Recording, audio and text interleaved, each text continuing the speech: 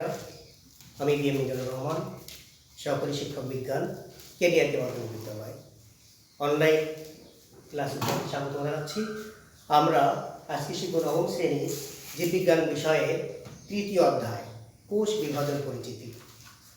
প্রিয় শিক্ষার্থীরা, আমরা প্রত্যেকেই জানি কোষ কি। কোষ অর্থাৎ সেল। আমরা সেল সম্পর্কে প্রত্যেকে জানি। কোষ হচ্ছে জীবদেহের গঠন ও কার্যকরী একক। কিন্তু এই কোষটা কিভাবে বিভাজিত হয়, কিভাবে আমরা একটু দেখি। প্রত্যেকে আমরা দুইটা উদ্ভিদ দেখতে পাচ্ছি, একটা ছোট এবং একটা বড়। এই ছোট উদ্ভিদটি পর্যায়ক্রমে বড় হয়, এটি ফুল ফলে শোভিত হয় এবং আমরা এর থেকে অনেক গুরুত্বপূর্ণ জিনিস পেয়ে থাকি, তা তোমরা প্রত্যেকে জেনে থাকো। কিন্তু কিভাবে এই ছোট উদ্ভিদটি বড় হলো, সেটা নিয়ে হচ্ছে আমাদের আজকে আলোচনার বিষয়। প্রিয় শিক্ষার্থীরা, আমরা জানব কোষ বিভাজন অর্থাৎ cell division. Cell division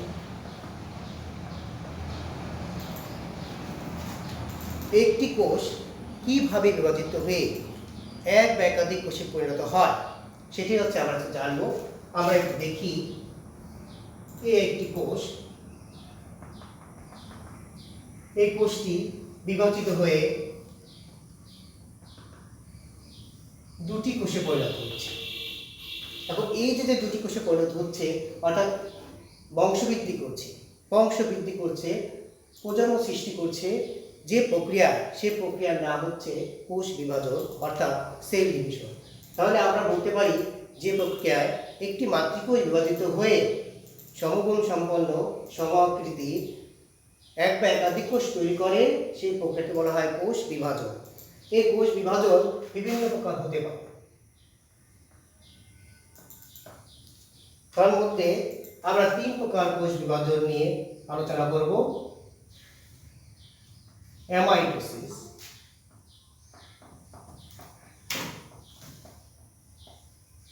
mitosis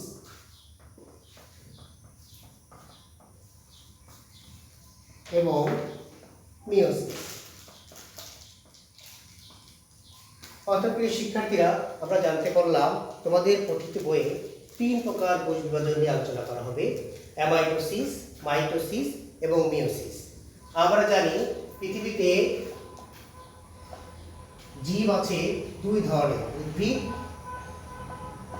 প্রাণী এবং আর এক প্রকার তোমরা জীব জানো, সেটা হচ্ছে অণুজীব।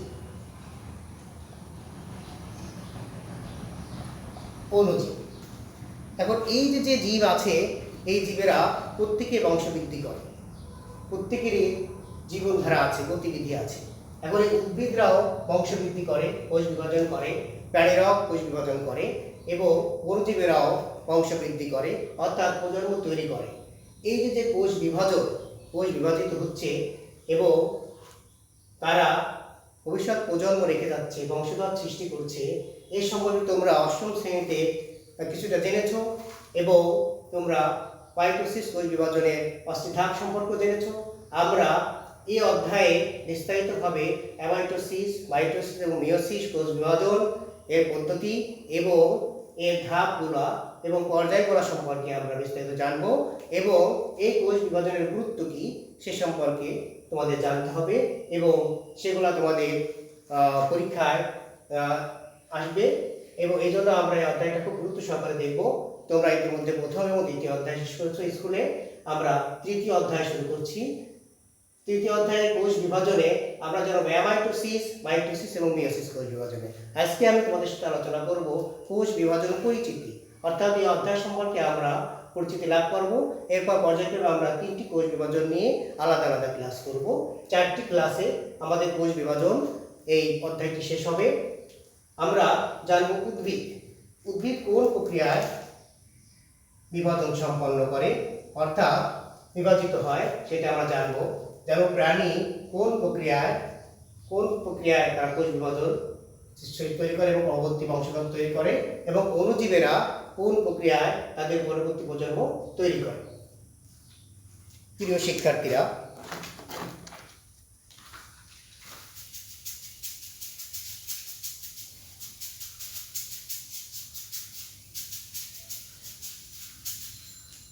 উদ্ভিদ সাধারণত বংশবৃদ্ধি করে মাইটোসিস প্রক্রিয়ায়। আমরা যখন ছোট এবং বড় উদ্ভিদটা দেখলাম তখন বুঝতে পারলাম যে মাইটোসিস প্রক্রিয়ায় উদ্ভিদের বংশ বৃদ্ধি করে এবং ছোট উদ্ভিদটি আস্তে আস্তে ধীরে ধীরে বড় হয় মাইটোসিস প্রক্রিয়ায়। প্রাণী মাইটোসিস এবং মিওসিস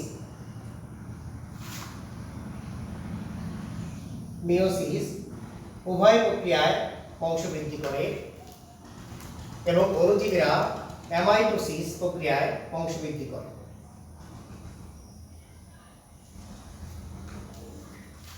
প্রিয় শিক্ষার্থীরা, কোষ বিভাজনের এই যে তিনটি পদ্ধতি তোমাদের বইয়ে আলোচনা করা হয়েছে, আমরা দেখতে পাচ্ছি উদ্ভিদ মাইটোসিস প্রক্রিয়ায় তাদের বৃদ্ধি ঘটায়, দেহকোষের দৈহিক বৃদ্ধি ঘটে এবং প্রাণীরা মাইটোসিস এবং মিওসিস উভয় প্রক্রিয়ায় তারা বৃদ্ধি ঘটে এবং জননকোষ সৃষ্টি করে, দেহকোষ এবং জননকোষে বিভাজন ঘটে এবং অণুজীবের অ্যামাইটোসিস প্রক্রিয়ায় বংশবৃদ্ধি করে থাকে এবং কোষ বিভাজন হয়ে থাকে। এবং এই যে তিন প্রকার উদ্ভিদ, প্রাণী এবং অণুজীবের যে কোষ বিভাজন, এটা আমরা আলোচনা করব। উদ্ভিদ, প্রাণী এবং অণুজীব। সাধারণত জীবের মধ্যে আমরা উদ্ভিদ, প্রাণী এই তিন প্রকার জীব নিয়ে, উদ্ভিদ এবং প্রাণী এই দুই প্রকার জীব নিয়ে বেশি আলোচনা করে থাকি, কারণ এটা অণুজীব নিয়ে আমরা বেশি আলোচনা করি না। কিন্তু বর্তমান সময়ে এই অণুজীবের আক্রমণ তোমরা নিজেরাই প্রত্যক্ষ করছো। অলরেডি একটি ভাইরাস আমাদের দেশে সহ আমাদের সারা বিশ্বকে দাঁড়িয়ে দিয়েছে, তোমরা জানো, করোনা ভাইরাস। এজন্য আমাদের স্কুল বন্ধ আছে এবং আমরা ঘরে বসে পড়াশোনা করছি। আমার ঘর আমার স্কুল। এই ভাইরাসটি, করোনা ভাইরাস, যেভাবে বংশবৃদ্ধি করে সেটাও আমরা আজকে আলোচনা করব। এবং এই যে অ্যামাইটোসিস কোষ বিভাজন প্রক্রিয়ায় ধাপে ধাপে অণুজীবের সংখ্যা সৃষ্টি হচ্ছে, বংশবৃদ্ধি হচ্ছে এবং এদের যে বিভাজনটা হচ্ছে সেটা নিয়ে আমরা আলোচনা করব। এবং এই যে করোনা ভাইরাসের মহামারী সারা বিশ্বে ছড়িয়ে পড়ছে, আমরা এর ব্যাপারে সতর্ক থাকবো এবং সচেতন হব। উদ্ভিদ এবং প্রাণী মাইটোসিস এবং মিওসিস এই কোষ বিভাজন প্রক্রিয়া খুবই গুরুত্বপূর্ণ, দৈহিক বৃদ্ধি এবং জননকোষ সৃষ্টিতে খুবই গুরুত্বপূর্ণ দুটি বিভাজন। আমরা এই দুটি বিভাজন সম্পর্কে আলোচনা করব। প্রথমে আসি আমরা অ্যামাইটোসিস কোষ বিভাজন।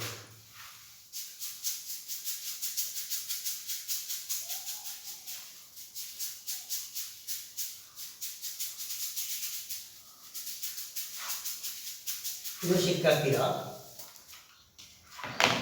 অ্যামাইটোসিস কোষ বিভাজন।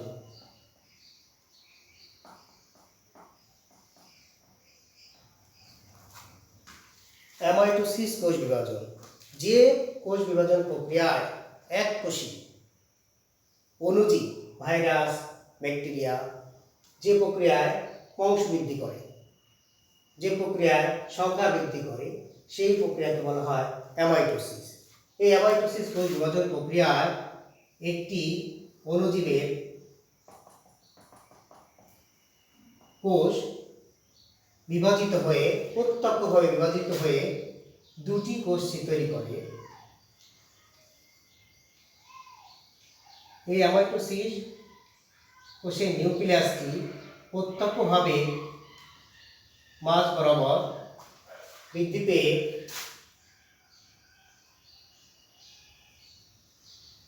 একটি থেকে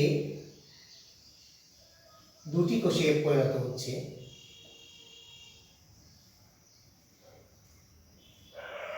আমরা দেখতে পাচ্ছি, বোর্ডে আমরা দেখতে পাচ্ছি একটি অণুজীবের কোষ, একটি এককোষী জীবের কোষ প্রথমে মাঝ বরাবর নিউক্লিয়াসে বৃদ্ধিপ্রাপ্ত হয়ে একটি নিউক্লিয়াস এবং তার অংশবিশেষ নিয়ে প্রত্যক্ষভাবে ডাইরেক্ট বিভাজিত হয়ে দুটি অপত্য কোষ তৈরি করছে। অর্থাৎ একটি বিভাজিত হয়ে একটি ভেঙে নিয়ে দুটি কোষ তৈরি হচ্ছে। এই যে ডাইরেক্ট একটি থেকে দুটি হয়ে যাচ্ছে, এই জন্য এই কোষ বিভাজনকে বলা হয় প্রত্যক্ষ কোষ বিভাজন। প্রত্যক্ষ, ডাইরেক্ট সেল ডিভিশন। ডাইরেক্ট একটি থেকে দুটি কোষের এই যে বিভাজনটা হচ্ছে এটাকে বলা হয় প্রত্যক্ষ কোষ বিভাজন। অ্যামাইটোসিস কোষ বিভাজন অপর নাম প্রত্যক্ষ কোষ বিভাজন। আমরা দেখতে পাচ্ছি মাতৃকোষটি স্ববিভাজিত হয়ে দুটি অপত্য কোষ তৈরি করছে, এই জন্য এই বিভাজনকে বলা হয় অ্যামাইটোসিস কোষ বিভাজন। এটাকে অনেকে দ্বিবিভাজন কোষ বিভাজন বলে থাকে। এই প্রক্রিয়ায় এককোষী জীবেরা তাদের বংশবৃদ্ধি করে থাকে। তাহলে প্রিয় শিক্ষার্থীরা, আমরা জানতে পারলাম অ্যামাইটোসিস কোষ বিভাজন কিভাবে হয়। আমরা বোর্ডে দেখতে পাচ্ছি অ্যামাইটোসিস কোষ বিভাজনের শুরুতে একটি এককোষী কোষে নিউক্লিয়াস এবং সাইটোপ্লাজম, এখানে নিউক্লিয়াসটি মাঝ বরাবর সংকুচিত হয়ে কোষটি পানি বিয়োজন করে এবং একটি কোষে নিউক্লিয়াস সাইটোপ্লাজম সহ মাঝ বরাবর বিভাজিত হয়ে দুইটি অপত্য কোষ তৈরি করেছে। এই যে ডাইরেক্ট বা প্রত্যক্ষভাবে কোষটি ভেঙে গেল, এটা হচ্ছে দ্বিবিভাজন প্রক্রিয়া, অর্থাৎ অ্যামাইটোসিস কোষ বিভাজন প্রক্রিয়া। এই প্রক্রিয়া এককোষী সাধারণত অণুজীবেরা বংশবৃদ্ধি করে থাকে। তোমরা উচ্চতর শ্রেণীতে এই কোষ বিভাজন সম্পর্কে আরও বিস্তারিত জানতে পারবে। এখন আমরা আসি উদ্ভিদ এবং প্রাণীতে যে দুটি কোষ বিভাজন হয়ে থাকে সেই দুটি কোষ বিভাজন সম্পর্কে আমরা আলোচনা করব। আমরা লক্ষ্য করি আমাদের প্রাণী এবং উদ্ভিদের ক্ষেত্রে দৈহিক বৃদ্ধি ঘটে, অর্থাৎ একটি উদ্ভিদ বা প্রাণী ছোট থেকে বড় হয়। কিভাবে ছোট থেকে বড় হয় সেটা আমরা একটু প্রত্যক্ষ করব। সেই জন্য আমরা দুইটি কোষ বিভাজন, যেহেতু আমরা একটু অধ্যায় পরিচিতি সম্পর্কে আমরা একটা আলোচনা করব, এই জন্য আমি দুইটি কোষ বিভাজন সম্পর্কে তুলনামূলক আলোচনা রাখবো তোমাদের কাছে, যাতে অধ্যায়টি সম্পর্কে তোমরা একটু ধারণা পেতে পারো।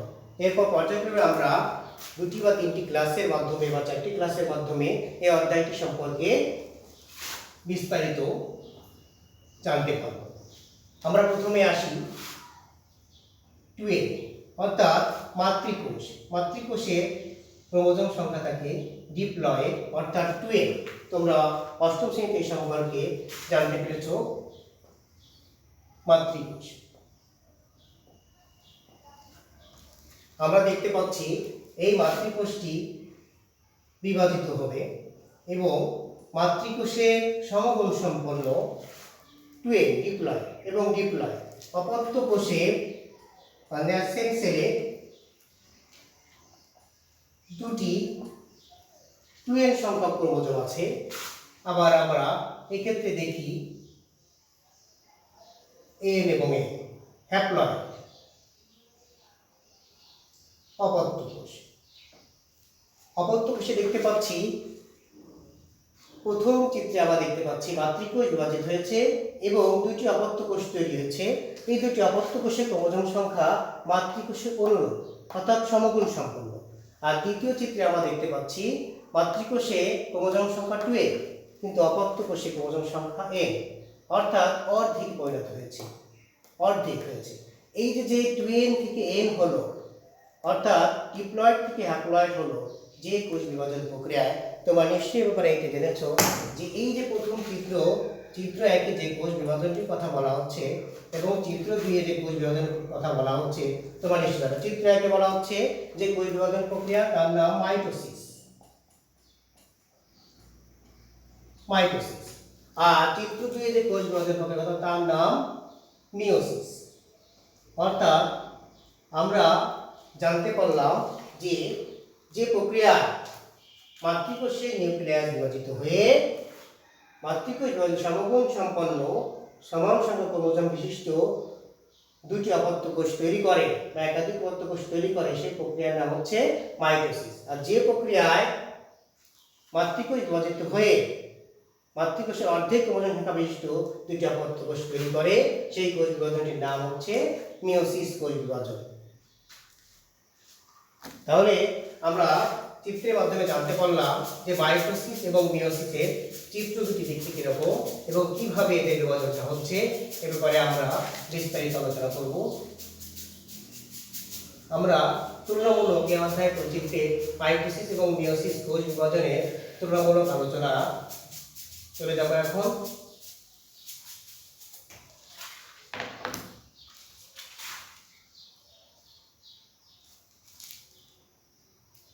মাইটোসিস কোষ বিভাজন এবং মিওসিস কোষ বিভাজন। প্রথমে আমরা মাইটোসিস ও মিওসিসকে সংজ্ঞায়িত করতে পারি। যে প্রক্রিয়ায় মাতৃদেহকোষ বিভাজিত হয়ে এক বা একাধিক অপত্য কোষ তৈরি করে তাকে মাইটোসিস কোষ বিভাজন বলে। যে প্রক্রিয়ায় জনন মাতৃকোষ বিভাজিত হয়ে এক বা একাধিক জনন কোষ তৈরি করে তাকে মিওসিস কোষ বিভাজন বলে। তাহলে আমরা দেখতে পারি যে প্রক্রিয়ায় মাতৃ দেহকোষ বিভাজিত হয়ে একাধিক অপত্য কোষ তৈরি করে তাকে মাইটোসিস বলে।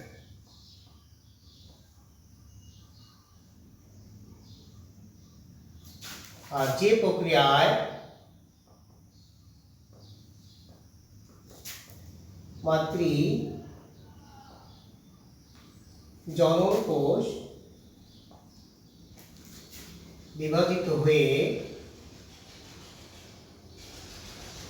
একাধিক অপত্য কোষ তৈরি করে তাকে মিওসিস কোষ বিভাজন বলে।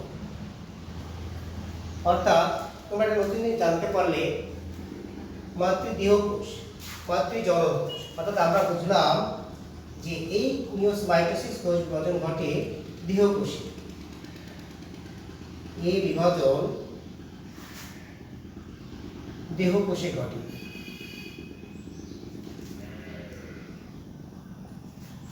এই বিভাজন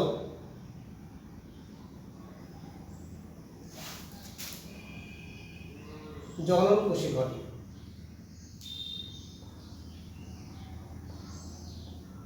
জনন কোষে ঘটে। তাহলে প্রিয় শিক্ষার্থীরা, আমরা দেখতে পাচ্ছি মাইটোসিস এবং মিওসিস কোষ বিভাজনের মধ্যে তুলনা, অর্থাৎ আমরা বৈশিষ্ট্য বলতে পারবো যে মাইটোসিসের কয়েকটি বৈশিষ্ট্য, মিওসিসের কয়েকটি বৈশিষ্ট্য। সেক্ষেত্রে বৈশিষ্ট্য আকারে আসলে আমরা বলতে পারবো, বা এটার গুরুত্ব কি, এটা কোথায় ঘটে, আমরা সেগুলো জানতে পারবো। এগুলো আমরা বিস্তারিত জানবো অধ্যায় ভিত্তিক। আমরা আজকে ক্লাসে অধ্যায় পরিচিতি সম্পর্কে জানছি। এই জন্য মাইটোসিস এবং মিওসিসের মধ্যে আমরা তুলনা করে এই অধ্যায় সম্পর্কে আমরা মোটামুটিভাবে একটা সাধারণ জ্ঞান লাভ করব। এই বিভাজন দেহকোষে ঘটে, এই বিভাজন জনন কোষে ঘটে। দুইটা বিভাজনের মধ্যে আমরা তফাৎ দেখছি। দেহকোষে যেহেতু ঘটে সেহেতু আমরা বলতে পারি এই বিভাজনে দৈহিক বৃদ্ধি ঘটে। যেহেতু দেহকোষে ঘটে সেহেতু এই বিভাজনে দৈহিক বৃদ্ধি ঘটে থাকে। দৈহিক বৃদ্ধি ঘটে। এই বিভাজনে জনন কোষ সৃষ্টি হয়।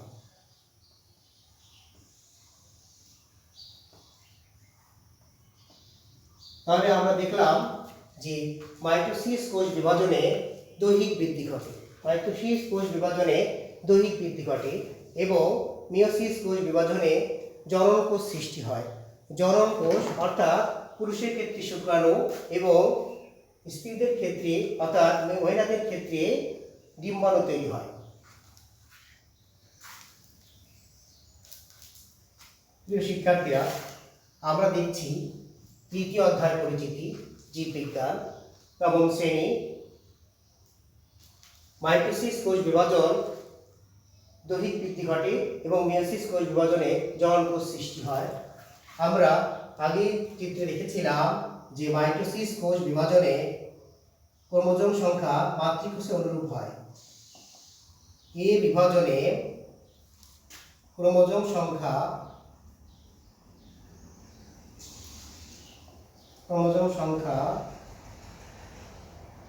ও গুণাগুণ মাতৃকোষের অনুরূপ। মাতৃকোষের অনুরূপ হয়ে থাকে।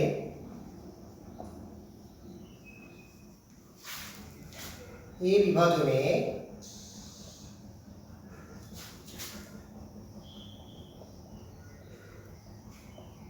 ক্রোমোজোম সংখ্যা মাতৃকোষের অর্ধেক হয়।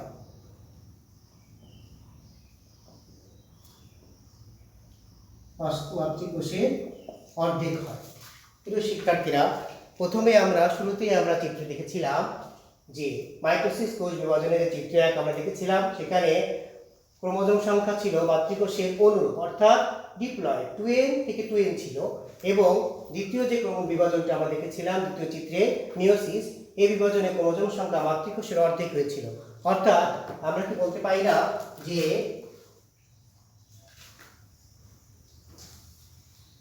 এই বিভাজনের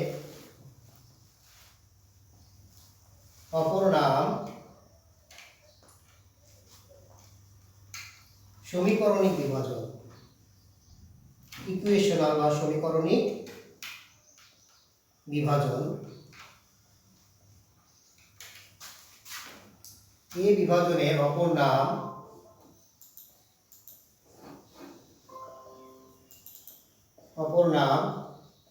হ্রাসমূলক বিভাজন। অর্থাৎ 2n থেকে হ্রাস পেয়ে n হয়েছে, অর্থাৎ ডিপ্লয়েড থেকে হ্যাপ্লয়েড হয়েছে।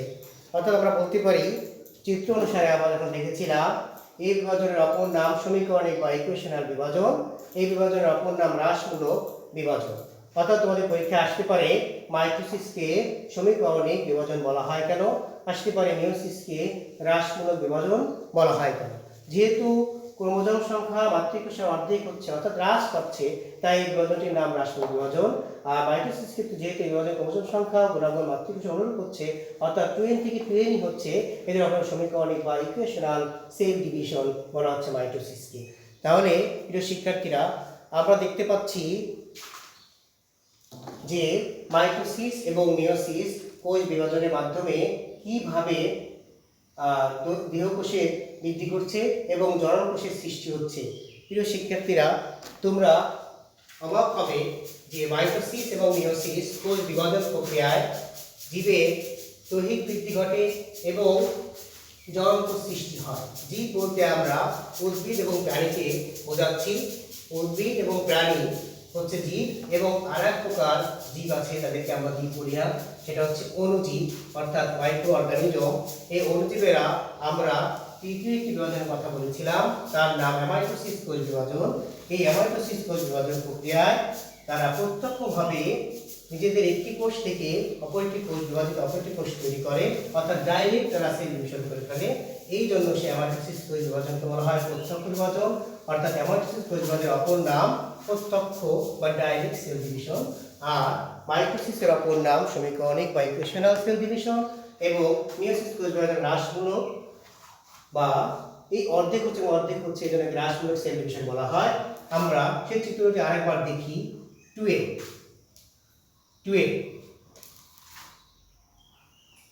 2n থেকে 2n সংখ্যক ক্রোমোজোম তৈরি হচ্ছে এবং 2n থেকে n সংখ্যক ক্রোমোজোম তৈরি হচ্ছে। আমরা যদি দ্বিতীয় আরেকটি বিভাজন দেখি, 2n থেকে 2n তৈরি হচ্ছে প্রথম চিত্রে, অর্থাৎ মাইটোসিসের ক্ষেত্রে 2n থেকে 2n সংখ্যক ক্রোমোজোম হচ্ছে এবং দৈহিক বৃদ্ধি ঘটে চলছে। আর মিওসিসের ক্ষেত্রে 2n থেকে n হয়েছিল, পরবর্তী একটি বিভাজনে আমরা দেখতে পাচ্ছি n থেকে n হচ্ছে, অর্থাৎ এই যে প্রথম আপনি দেখতে পাচ্ছি হ্রাস পাচ্ছে, এটাকে বলা হচ্ছে মিওসিস 1। আর দ্বিতীয় চিত্রে মিওসিস 2, অর্থাৎ এই ক্ষেত্রে মিওসিস 2 তে মাইটোসিসের অনুরূপভাবে ক্রোমোজোম সংখ্যা সমান থাকতেছে। অর্থাৎ এই মিওসিস কোষ বিভাজন আমরা যখন করব তখন জানতে পারবো যে এই মিওসিস কোষ বিভাজন দুটি ধাপে ঘটে থাকে। এক হচ্ছে ক্রোমোজোম সংখ্যা হ্রাস ঘটে এবং পরবর্তীতে ক্রোমোজোম সংখ্যা সমান থাকে। এখন এই যে ক্রোমোজোম সংখ্যা সমান থাকতেছে, এই যে মিওসিস কোষ বিভাজন, এই মিওসিস কোষ বিভাজনে ক্রোমোজোম সংখ্যা হ্রাস এবং সমানের চিত্রে তোমাদের বই দেখতে পাবে মিওসিস কোষ বিভাজন এবং মাইটোসিস কোষ বিভাজন। কিন্তু যদি কোনো কারণে এই মাইটোসিস এবং মেয়োসিস কোষ বিভাজনে ব্যাঘাত ঘটে, অর্থাৎ কোনরূপ তারতম্য ঘটে, তাহলে এই মাইটোসিস এবং মেয়োসিস কোষ বিভাজনের ক্ষেত্রে দৈহিক বৃদ্ধি ঘটবে, কিন্তু অনিয়ন্ত্রিত, অস্বাভাবিক হবে। অর্থাৎ তখন যে কোষ বিভাজনটা হবে সেটা হচ্ছে অস্বাভাবিক কোষ বিভাজন। এই অস্বাভাবিক কোষ বিভাজনের ক্ষেত্রে কি হতে পারে? অর্থাৎ যদি কোনো কারণে নিয়ন্ত্রণ হয়, অনিয়ন্ত্রিত যদি হয়, কোষ বিভাজন যদি অনিয়ন্ত্রিত হয়, সেক্ষেত্রে মাইটোসিসের ক্ষেত্রে হবে টিউমার এবং ক্যান্সারের মতো ভয়াবহ রোগ।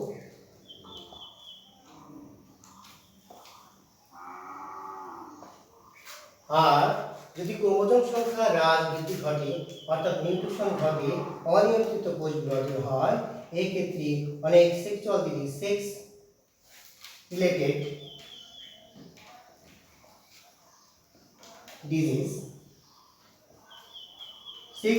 ডিজিজ, অর্থাৎ যেহেতু জননকোষের সাথে সম্পর্কিত মেয়োসিস কোষ বিভাজন, সেহেতু সেক্স রিলেটেড বা রোগ হবে এবং নারী পুরুষের সেক্স রিলেটেড রোগ হবে, এবং ডাউন সিনড্রোম এবং ক্লিনেবেল সিনড্রোম নামে নারী পুরুষের পৃথক পৃথক রোগ হবে। তাহলে আমরা জানতে পারছি যে মাইটোসিস কোষ বিভাজনের যে গুরুত্ব, দৈহিক বৃদ্ধি ঘটে। ভালো একটি হচ্ছে যে ছোট একটা উদ্ভিদ বা ছোট থেকে বড় হয়, একটি প্রাণী ছোট থেকে বড় হয়, কিন্তু যদি কোনো কারণে এই মাইটোসিস কোষ বিভাজনের নিয়ন্ত্রণ হারিয়ে যায়, অর্থাৎ অনিয়ন্ত্রিত হয়ে পড়ে, তখন এই মাইটোসিসকে যে বা যে বিভাজনটি ঘটবে সেটা হলো অস্বাভাবিক কোষ বিভাজন। তখন একটা থেকে দুইটা থেকে চারটা, কিন্তু সেক্ষেত্রে একটা থেকে তিনটা বা তিনটা থেকে সাতটা বা আটটা হয়ে যাবে, তখন নিয়ন্ত্রণ হারিয়ে ফেলবে এই কোষ বিভাজন প্রক্রিয়া, এবং তখন সৃষ্টি হবে টিউমার বা ক্যান্সার নামক ভয়াবহ রোগ। এবং যদি কোনো কারণে মিয়োসিস কোষ বিভাজন ক্রোমোজোম সংখ্যা নিয়ন্ত্রণ হারিয়ে ফেলে, অর্থাৎ অনিয়ন্ত্রিত হয়, তাহলে sex related disorder, Down syndrome, Klinefelter syndrome প্রভৃতি রোগ তৈরি করবে, এবং প্রজাতি তার গুণাগুণ হারিয়ে ফেলবে এবং স্বাভাবিক সক্রিয়তা হারিয়ে ফেলবে। প্রিয় শিক্ষার্থীরা, কোষ বিভাজন এই অধ্যায় সম্পর্কে আমরা জানতে পারলাম, একটা সার্বিক পরিচিতি আমরা জানতে পারলাম। এই বিষয়গুলো উপরে তোমরা 3টা বা 4টা ক্লাস পাবে, এবং এই মাইটোসিস বিষয়টির উপরে তোমরা একটা পূর্ণাঙ্গ ক্লাস দেখতে পাবে, এবং সেই মেয়োসিস বিষয়ের উপর একটা পূর্ণাঙ্গ ক্লাস তোমরা দেখতে পাবে।